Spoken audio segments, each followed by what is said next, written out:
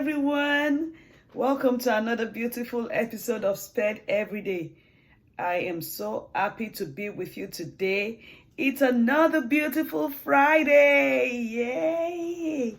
I know you guys are looking forward to the weekend, and I pray it's a blessed one. So make sure you enjoy your weekend. Of course, listening to Sped Every Day and doing what you love to do and what makes you happy. I would like to say a big thank you to all my subscribers and to those watching me for the first time. Thank you so much. Do not forget to subscribe and share this video. You never know who would need the information. Together, let's make the world a better place, especially for our individuals with exceptionalities. So what are we talking about today? Definitely the concluding part of our last week's topic. Online strategies to promote learning for individuals with special needs. So if you missed that video last week, please refer back to it on my YouTube channel, Sped Every Day. And you would also find our previous episodes at Sped Every Day that are so important for us to know and learn from in order to better assist and support our individuals with special needs, their parents, caregivers, and also to create more awareness in the society where we live. It's a new world now, and we're trying to do as much as possible to help our individuals with special needs learn, whether it's virtually or in class. But you know what? These tips are going to really help us to understand better how to teach them, especially online. The importance of this topic is to be able to teach our individuals with special needs online, especially in the new world system now. A lot of things going on. Students can't return back to school, and even for those that are still in school, they still have to learn virtually sometimes. So these tips are really going to help us. I would say strategies are really going to help us. Last week I talked about communication, talking to parents. I talked about goals, identifying the goals of that child and working with it as a teacher or as an educator to be creative about it to help these individuals.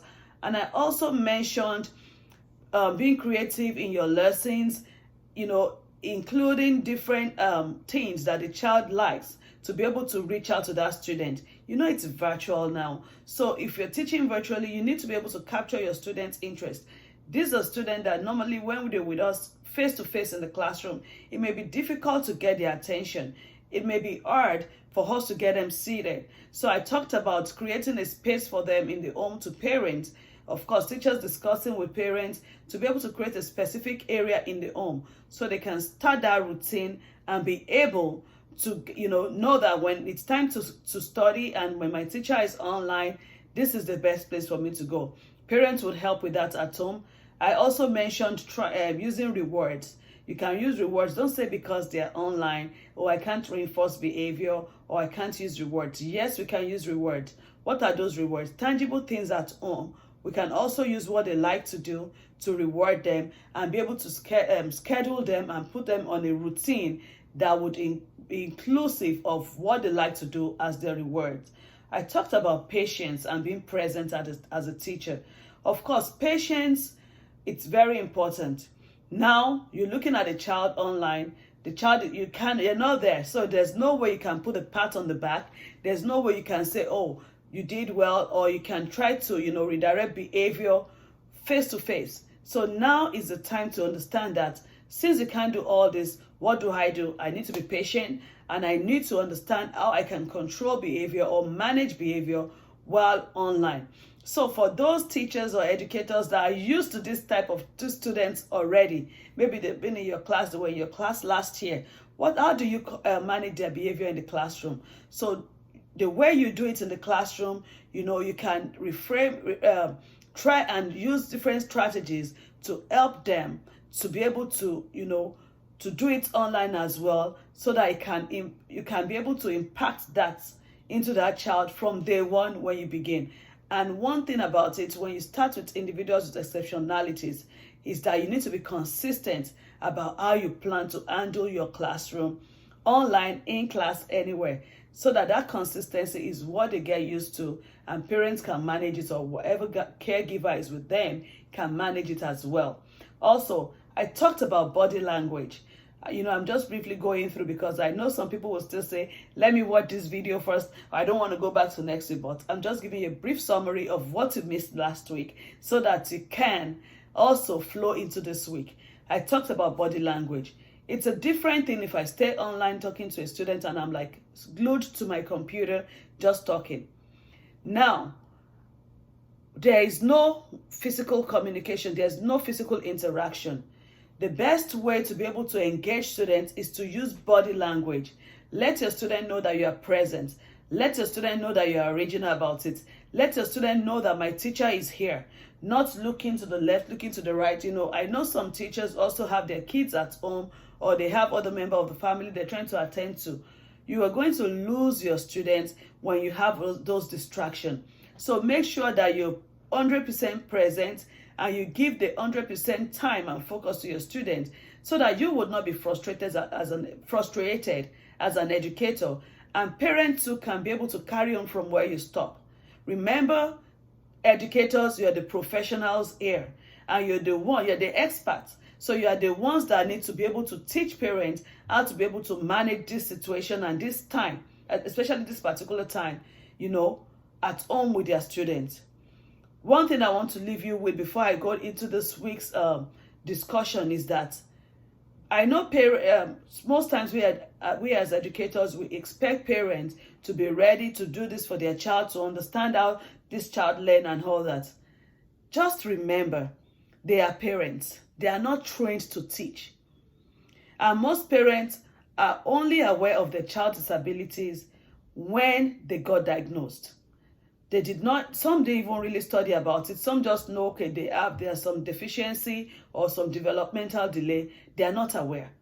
But we as educators are trained to be able to reach out to these children and give them the best. So it is our responsibilities to help carry these parents along, to let them know. Do not judge parents. It is a hard time for both educators, parents, and even the students. So it is as experts, it is our duty and responsibilities to be able to reach out to these parents and let them know what to expect and what they need to be able to help their children. Thank you on that. Now, the first thing I'm going to talk about this week, one of the strategies that would help us online in the online teaching for our individuals with special needs is technology. We all understand our technology is of course everywhere now. It is every child wants to use technology. Every child has one kind of type of technology or the other. So we need to use that to be able to communicate with our students. I understand that there's some areas where there's no data, and you can't reach out to some countries. It's expensive. Schools are not making provisions for that. But as much as possible as educators, let's try. It can be Zoom. It can even be just a 30 minutes communication time, face to face, online. A lot of people have WhatsApp, FaceTime. We can do that not just to teach, but to connect with our students. It can even be a little time.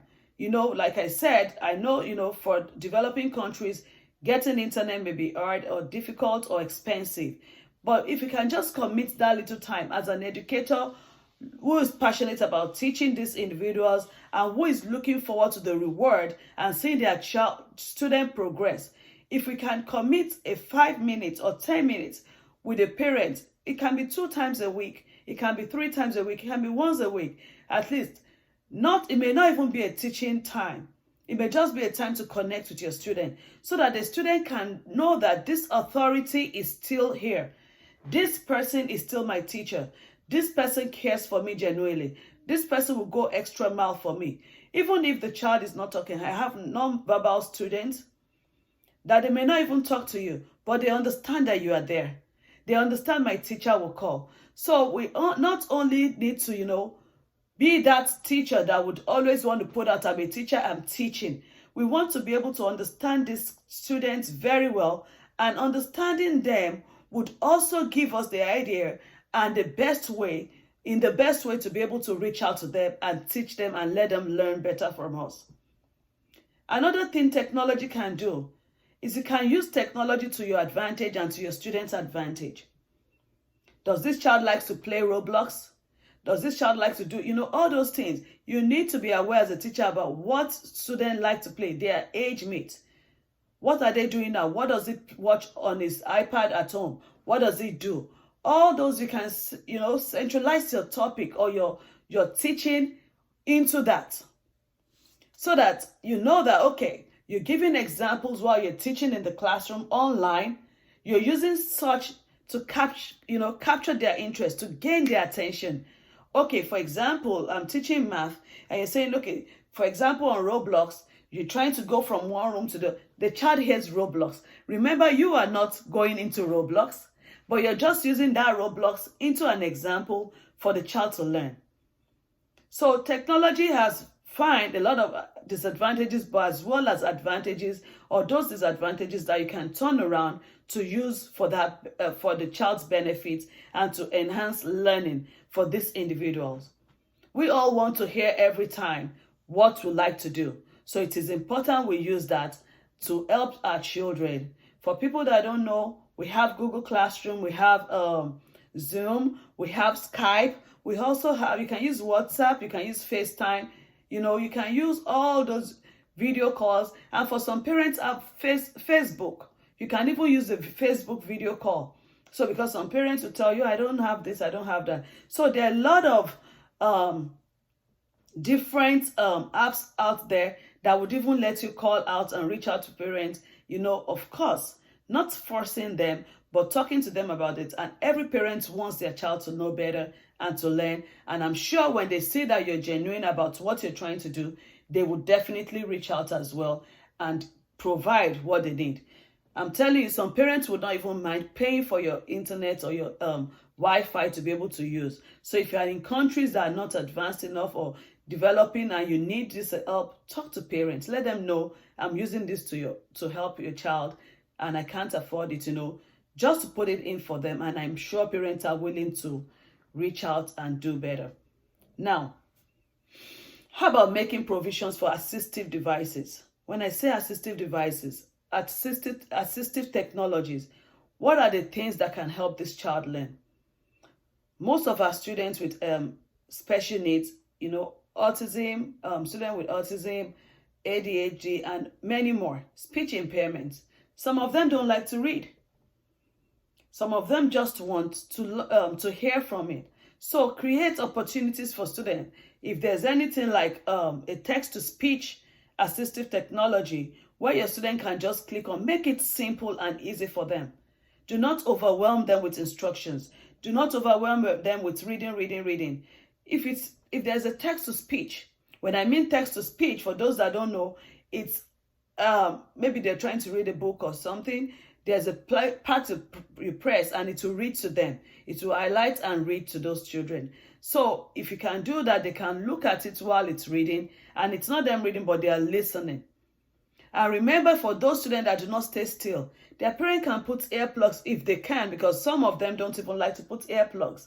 Parent can put it project it on the TV or a monitor in their house. They can put it on the iPad, on their technology, and make it a time for them to listen. Walking around in the house, they can still listen.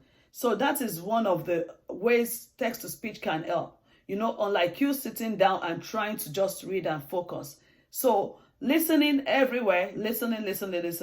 If you notice, most of the time when we hear things unconsciously, they get in us. We learn them and we know them consciously. No, we know them without us knowing that we know them. So make it easy on your students. Make it easy on the parents. Let them know that it's okay, even if it gets up, because there are times you cannot just force it. We know as educators in the area of special education, we know that there are some things that we can't force. So work with each child in the best way possible that they can learn. The advantage and the goal at the end of the day is for that child to learn. So whatever will make that child learn, please, let's do it. There are some other assistive technologies. It may not even be computer. It may not be something you need to plug to electricity. It can be as simple as graphic organizers. It can be as simple as visual aids, that you just have everything the child needs to do, or what you're trying to explain to the child. You have it in pictures, and they can, go from before, then, next, first, all those things, so that the student can see visually, because we have a lot of visual learners too. They want to see. So you coming online to talk to them, may not even really impact a lot. They may not even gain so much. So before your classes, if you have students like that, educators, please be prepared. Send to parents what you know, but the way the student needs to know, especially if they have an individualized plan. Send to parents in advance, so that this child would have gone through it, parents would have gone through it, and when it's time, you can use that to be able to reach out and listen or watch the student respond to you. Now, the other one I would like to talk about is improvising. As educators, I told you last week, we wear many caps. And when I say that, we improvise. Right now, I'm teaching math, but I'm looking at my students and he's trying to do something else. As an educator, what you want to do at that time is to use that thing that that is distracting that student to gain the student's attention. Is it going to help in life skills? Think about it. Whatever this child is doing, can I try to teach a life skills in it? There's no harm in switching from one to the other. Because remember, at that time, that child might have lost interest in the calculation. And to be able to gain is a different thing if they are with you in the classroom and you can redirect that behavior. But especially this time when it may not even be like a grown adult in the house. It may be a sibling watching them. So it may be hard for you to redirect that behavior, redirect that student. But capitalize on what the student is doing right at that moment to be able to teach a lesson. So it's like, it's not indulging, but you are using that specifically to reroute the child, to bring the child back, and to be able to teach that lesson. Then another way to improvise is by not just being one-way traffic. As a special educator, you need to be able to understand how or know better, work on ways that you can also help your students to know better and to learn better. And not just learning, how do you even track that your student knows it? How do you even measure progress? It's a different thing. I'm giving assignments in the class. I know he's doing it on his own. Some ways that I use is sometimes I tell them to record or to write a story about it if they can, or just give them the moment. Oh, this and this we talked about. What do you want to share about it? You'll be surprised at how your student is able to talk about it. And even if the child cannot communicate, I always tell some teachers, they will say, oh, since he can't communicate, so I just go next to the other students. No, you can communicate for that child. You think he can't say it, he can't hear it, but you know what? You're saying it for them. Hey, buddy, or whatever the child name is. Michael, can you spell this? Or did you understand it? Yes, you do. So it spells out B-E-L-L, Bell. You want a child to be part of that class, especially when it's online. And you have maybe like 4 or 5 students at the same time before you go into your individualized instruction. You want every child in that classroom to know that this student is there and is a part of the class. If that alone is what that child is going to gain from being online with you, please let us give it. Do not put any student aside because they cannot communicate. Mention names, call your student by the first name, call them by whatever name you call them in the classroom that is okay with them and their parents, and let them know that I am a part of this. When you leave a child too long as an educator and you're online and you're not referring or making reference to that child, it loses you. You lose that child because the child believes deep down that she doesn't know that I'm here. And the child thinks they can do what they're doing. But if the child knows that in the next second my teacher may be calling my name, they are waiting for it. Okay, So another important strategy is, of course, how do you give out your online instruction? When you give it out, remember you have some students that within the classroom you need to highlight. There's some students that they need bigger fonts. There are some students that they don't even hear you because you're going so fast, but they can read. So in order to do this, ensure that the computer you're using, if possible, please make sure that when you project it, you can highlight areas that you want your student to know, or to the important areas, so that this highlight would still cut across how this child can learn. And you're able to teach 4, 5, 6 students at the same time during the general instruction, and that child is still getting what he needs. So we should remember that every child has his own unique way of learning, and this learning skills has to be inculcated or imbibed in our teaching. So when we're doing that, if it's highlighting, make sure we highlight. We know the colors that they like. We can use it. We can even ask, what color should I highlight today? That's another way to even encourage teamwork, thinking, and all that. Oh, why did you say purple? Why do you want us to use yellow? And they're like, because I saw this, I saw that. You can even use that as a learning, something to learn about, or to learn colors, to learn different things, to know the way your students are thinking. So that other students that usually are not used to the highlights would understand that we're doing something today, we're going to be highlighting. So when you're projecting something on the computer or any instruction, please highlight. Then use bigger fonts. Most times we have students and you don't want them to start squinting. You don't want them to start thinking like what she's showing. If it's too small, remember we have students with special needs. We need to be 100% on it. So we cannot just assume that they can see what we're looking at. Some use glasses. Some even misplace their glasses during this pandemic. So some are looking forward. They know their teacher gets it. Parents might not even know this. So when we're doing that, please let's use bigger fonts for them, large fonts, so that they can know. When I say fonts, I mean the computer adjust it so that they can see the letterings. It's bold and it can capture them. So you have something important to share, a main idea, project it, use the large fonts, highlight it, and let the student not only see it, but talk about it, give them room to talk about it. One thing is that it's better to learn one thing in a day than you giving all the instruction all day and there's nothing to take home. So always remember that even if my child will learn one thing today or half, that is better. If in 8 hours, if your student learns one thing, I'm telling you, and the child has special needs, you should be able to celebrate yourself and celebrate your students. So we can keep going and talking, and the student learns nothing. So that is why I'm giving this, for you to have an idea of how to do it and to be able to understand that the end goal is letting them learn, and the ball is in our court. And we need to be able to project that to the parents, to the student, and for them to understand that this is how we're going to do it, and just for your your child to learn better.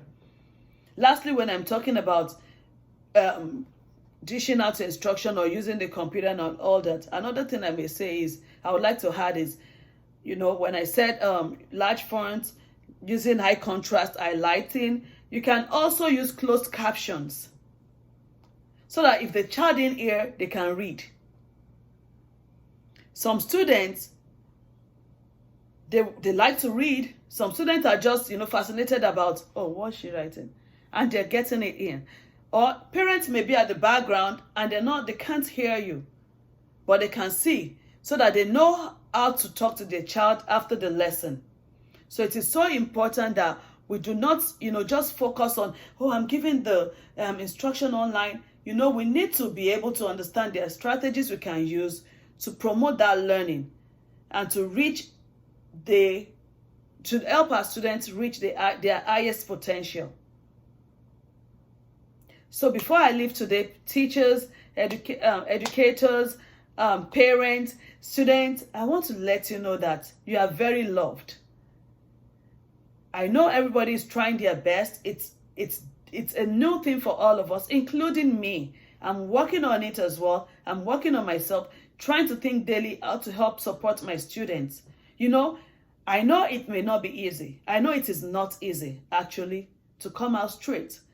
But the way we take it, the way we positively talk to ourselves, our mindset is what will make it easy.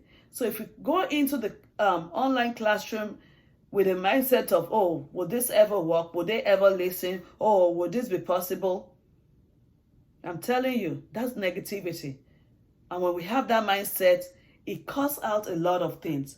We are not able to reach our highest potential.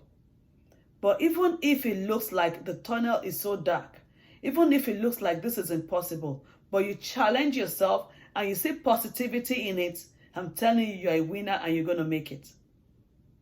So remember, it's time to start communicating with your parents. It's time to start understanding how you need to help these children. It's time to start setting up, ready for each individual online, and then getting yourself prepared, taking a deep breath, patiently working on yourself, because I know there are times you want to scream like, can you just hear me and listen? It's time to wear that cap of not just an educator, but a parent, a caregiver to an individual with special needs. And remember, you want to give the best that you expect someone else to give to your child, or to your niece, or to your nephew, or to a family member, or to somebody close to your heart. So it's time for us to do that. I love you all. Thank you for watching this concluding part. Again, if you missed the part 1, please refer back to my YouTube channel, Sped Everyday. And if you just finished watching this, I'm saying please subscribe and share. If you had already subscribed, remember to click on the notification bell so that as soon as I release videos every Friday, you can definitely be the first to watch. Thank you again for supporting your girl Bola Tutofatoki at Sped Everyday. It's always a pleasure to be here every Friday. I love you all. Have a blessed and wonderful weekend. Bye.